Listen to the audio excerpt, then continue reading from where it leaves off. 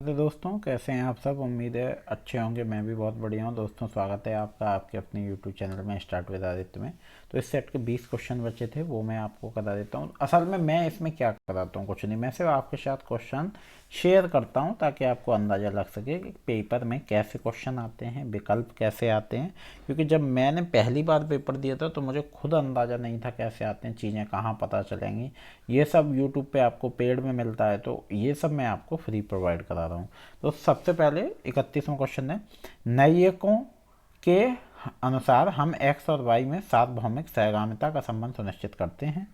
A B C D, चार विकल्प हैं। ए है एक्स और वाई के बीच अपरिहार्य तारतम्य अथवा एकात्मक का संबंध सुनिश्चित होने पर हम सभी को तय कर सकते हैं सभी परिस्थितियों में एक्स की उपस्थिति के साथ वाई की उपस्थिति को अनुभव करके या समझकर। सी, हम संबंध को तभी सुनिश्चित कर सकते हैं जब हम एक्स और वाई के बीच कार्य कारण संबंध सुनिश्चित कर लें। डी, एक्स की उपस्थिति के साथ वाई की अनुपस्थिति या वाई की उपस्थिति के साथ एक्स की अनुपस्थिति का कोई भी दृष्टांत का अनुभव ना करके। तो नीचे दिए गए विकल्पों में से सही उत्तर का चयन कीजिए। केवल ए और सी, केवल डी और सी, केवल बी और डी, केवल ए बी और सी। तो केवल बी और डी आपका सही उत्तर है। चलिए अगले प्रश्न की ओर चलते हैं। यहाँ से आपकी मैचिंग आ गई, सम्मेलन है फिर से। सूची 1 सूची 2 हुई है। सूची 1 है व्याप्ति, लिंग, साध्य पक्ष। सूची 2 है गुणधर्म का अनुमान, हेतु और साध्य का स्थान, संकेत अथवा कारण और सार्वभौमिक सहगामिता। तो आपका जो सी है वो ऑप्शन सही है। व्याप्ति, सार्वभौमिक सहगामिता, लिंग, संकेत अथवा कारण, और साध्य है आपका वो है गुणधर्म का अनुमान, और पक्ष है हेतु और साध्य का स्थान। नीचे दो कथन दिए गए हैं। कथन 1, भारतीय मूल तर्कशास्त्र के अनुसार हेत्वाभास अनुमान का दोष नहीं अपितु व्यवधान है। कथन 2, हेत्वाभास वस्तुतः आभासी कारण अथवा संकेत है जो अगर अभिज्ञात हो जाए तो अनुमानित संज्ञान की उत्पत्ति का निवारण करता है। उपयुक्त कथन के आलोक में नीचे दिए गए विकल्पों में से सही उत्तर का चयन कीजिए। कथन 1 और 2 दोनों सत्य हैं। कथन 1 और 2 दोनों असत्य हैं। कथन 1 सत्य लेकिन कथन 2 असत्य। कथन 1 सत्य लेकिन कथन 2 सत्य है। तो ए जो है वो आपका सही उत्तर है। मूलतः सभी समतावादी समाज ऐसे समाज हैं जो व्यक्तिगत स्वतंत्रता को संरक्षित नहीं करते हैं। अधोलिखित कथनों में से कौन सा कथन उपयुक्त के संदर्भ में सही है। कोई भी मूलतः समतावादी समाज ऐसा समाज नहीं है जो व्यक्तिगत स्वतंत्रता को संरक्षित करता है। दिए गए कथन का सही प्रतिवर्तित वाक्य है और तार्किक रूप से समतुल्य है। कोई भी मूलतः समतावादी समाज ऐसा समाज नहीं है जो व्यक्तिगत स्वतंत्रता को संरक्षित करता है। दिए गए कथन का यह प्रतिवर्तित वाक्य है और तार्किक रूप से असमतुल्य है। कुछ गलत मूलतः समतावादी समाज ऐसे समाज हैं जो व्यक्तिगत स्वतंत्रता संरक्षित करती हैं। दिए गए कथन का यह प्रतिकूल वाक्य है और तार्किक रूप से समान है। कुछ मूल समतावादी समाज ऐसे समाज नहीं है जो व्यक्तिगत स्वतंत्रता को संरक्षित करते हैं। दिए गए कथन का यह प्रतिकूल वाक्य है और तार्किक रूप से समतुल्य है। तो आपका ए सही है। दो प्रतिज्ञप्तियां व्याघाती हैं यदि एक दूसरे का निषेध करती हैं या नकार देती हैं, अगर दोनों सत्य हो सकती हैं लेकिन दोनों असत्य नहीं हो सकती, अगर उनके उद्देश्य और विधेय पद विभिन्न भिन्न हैं एवं गुण और मात्रा भी अलग है, और डी है अगर उनके उद्देश्य और विधेय समान हैं और ये केवल मात्रा में तो भिन्न है परंतु गुणवत्ता में अभिन्न है।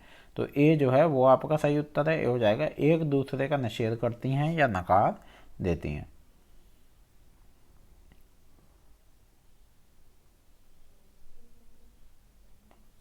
जो आपका ये वाला प्रश्न है इसको देखिए, दशमलव संख्या 67.625 का दुआधारी समतुल्य क्या है। तो इसका जो दुआधारी समतुल्य होगा वो आपका होगा 1 4 बार 0 11.101।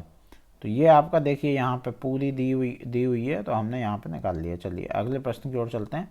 एक्सेस टाइम को ध्यान में रखते हुए सबसे तेज से सबसे धीमे संगणक के अंगों के दिए क्रमों में से सही क्रम की पहचान करें। RAM, optical drive, CPU cash और एसएसडी।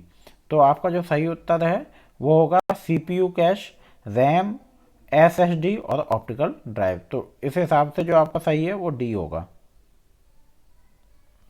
कंप्यूटर के आपके प्रश्न शुरू हो गए हैं। कंप्यूटर के बाद फिर आपके और नीचे दो कथन दिए गए हैं। कथन एक है MOOC का मतलब है मैसिव ओपन ऑनलाइन कोर्सेज।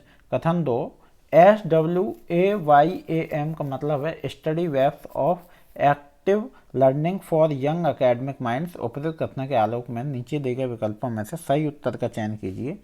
कथन 1 और 2 दोनों सत्य हैं। कथन 1 और 2 दोनों सत्य हैं। कथन 1 सत्य है लेकिन कथन 2 असत्य है।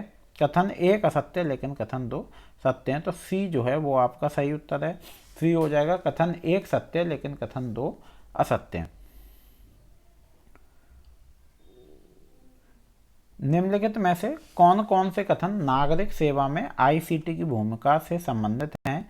नागरिक दस्तावेज तक पहुंच, ऑनलाइन भुगतान, संपूर्ण देश में बेहतर चिकित्सीय शिक्षा। तो जो आपके विकल्प हैं वो देखिए, नागरिक दस्तावेज तक पहुंच और ऑनलाइन भुगतान ये सही हैं।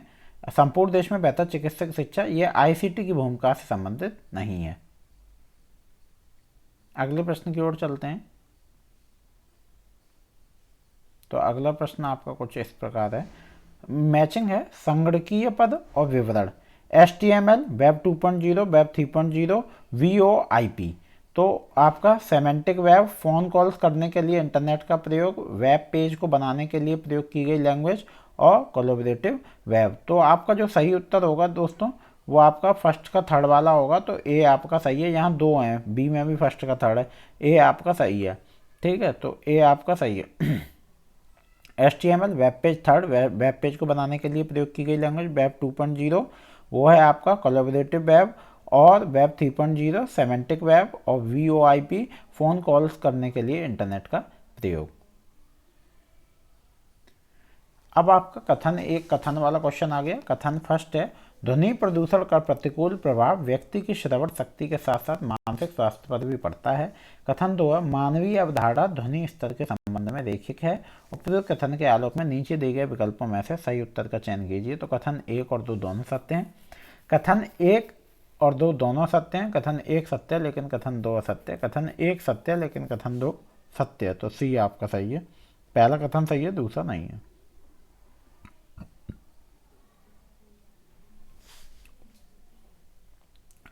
निम्नलिखित में से कौन सा देश 30 गीगावाट की क्षमता वाले विश्व के सबसे बड़े सौर ऊर्जा वायु ऊर्जा उद्यान की स्थापना की प्रक्रिया में संलग्न है? चीन, भारत, ऑस्ट्रेलिया और सऊदी अरब। तो वो है आपका भारत जो है सही उत्तर है। प्रधानमंत्री नरेंद्र मोदी ने गुजरात के कच्छ जिले में 30,000 मेगावाट 30 गीगावाट क्षमता वाले हाइब्रिड नवीकरणीय ऊर्जा पार्क की आधारशिला रखी है।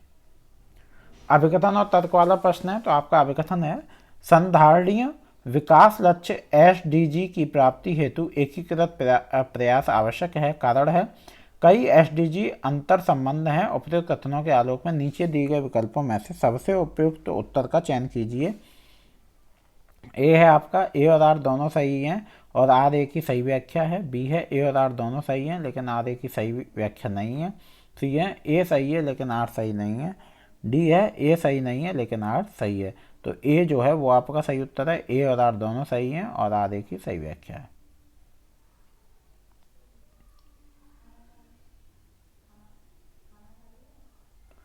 भारत की कितनी प्रतिशत भूमि पर भूकंप की संभावनाएं हैं? 57%, 42%, 37%, 28%। तो ये है आपका 57%। भारत की 58.6% लगभग 57% भूमि पर भूकंप की संभावना है। भारत को 4 भूकंपीय क्षेत्रों में विभाजित किया जाता है।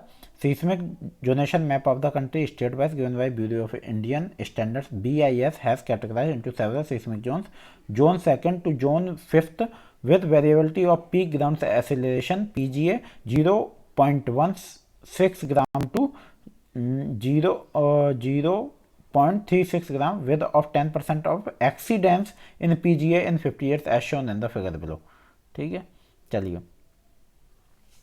निम्नलिखित में से कौन सा मूल्य हमारे समाज में सबश्रेष्ठ रूप से वैश्वीकरण हेतु संवर्धित किया जा रहा है?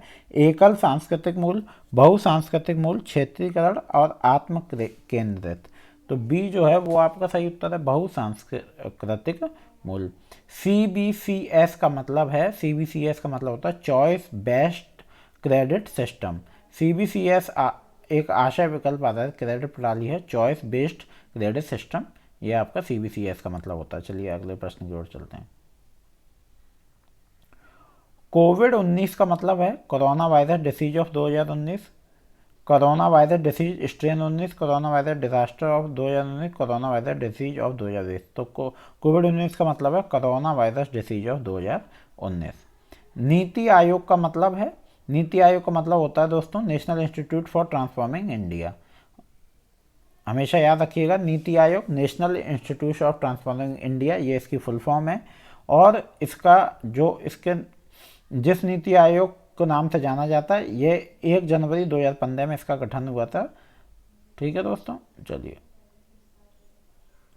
अब 50वां क्वेश्चन है, वो आपका मैचिंग है। दिवस और तिथि, पृथ्वी दिवस, संयुक्त राष्ट्र संघ दिवस, पर्यावरण दिवस, अंतर्राष्ट्रीय शिक्षा दिवस। ये दोस्तों एक प्रश्न जरूर आएगा आपका। 24 जनवरी, 5 जून, 24 अक्टूबर, 22 अप्रैल। तो दोस्तों ये पृथ्वी दिवस, संयुक्त राष्ट्र संघ दिवस, पर्यावरण दिवस, अंतर्राष्ट्रीय दिवस, तो आपको बताना है कि क्या होगा। ठीक है, पृथ्वी दिवस आपका जो होता है वो 22 अप्रैल को होता है दोस्तों, जो कि आने वाला है। संयुक्त राष्ट्र संघ दिवस 24 अक्टूबर को होता है, पर्यावरण दिवस 5 जून को आपको पता ही है, अंतर्राष्ट्रीय शिक्षा दिवस 24 जनवरी को। ठीक है दोस्तों, तो यहाँ आपका देखिए ऐसा ही है कुछ, हाँ जी। तो यहाँ आपका ये पूरा सेट कंप्लीट होता है। अगली वीडियो आपको कल नेक्स्ट वीडियो में आपको मैं दूसरा सेट कराऊंगा। उम्मीद है दोस्तों वीडियो आपको अच्छी लगे। मिलते हैं अगली वीडियो में। राधे राधे, धन्यवाद।